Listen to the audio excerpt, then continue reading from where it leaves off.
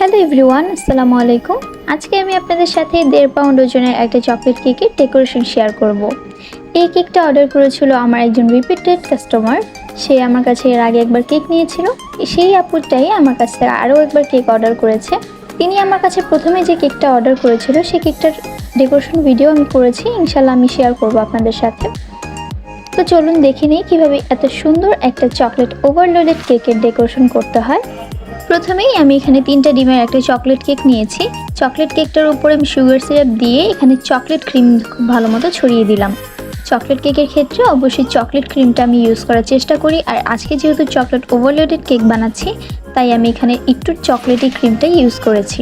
খুব ভালো মতো প্যালেট নাইফের সাহায্যে সমান করে দেওয়ার পর আমি কেকটাকে ক্রাম কোটিং দিয়ে ফ্রিজে রাখবো 1 ঘন্টার জন্য। ক্রাম কোটিং দিলে কেকের ফাইনাল লেয়ারে যে ক্রিমের ডেকোরেশনটা সেটা সুন্দর হয়।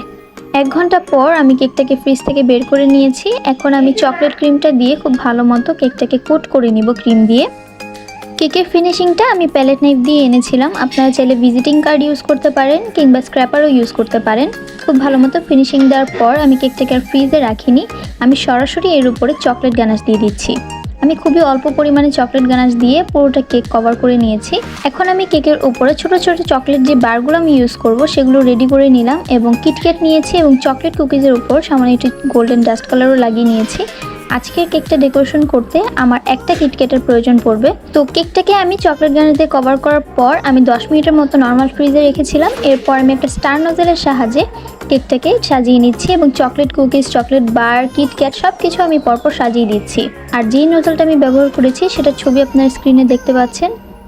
কেকের সাইডেও আমি কয়েকটা চকলেট বার বসিয়ে উপরে গোল্ডেন বল দিয়ে দিচ্ছি এবং হোয়াইট রঙের ছোট ছোট যে স্প্রিঙ্কেলগুলো পাওয়া যায় সেই পার্ল বলগুলো আমি ছড়িয়ে দিচ্ছি। চকলেট বার এবং চকলেট কুকিজের উপর আমি কয়েকটা গোল্ডেন লিফ পেপারও বসিয়ে দিয়েছি, জাস্ট কেকটাকে একটু গর্জিয়াস দেখানোর জন্য। কেকটা কেমন হয়েছে অবশ্যই জানাবেন। আজকের মতো বিদায় নিচ্ছি, ইনশাল্লাহ পরবর্তী কোনো ভিডিওতে আবারও দেখা হবে। ততদিন পর্যন্ত ভালো থাকবেন সবাই, আমার জন্য দোয়া করবেন। আল্লাহ হাফেজ।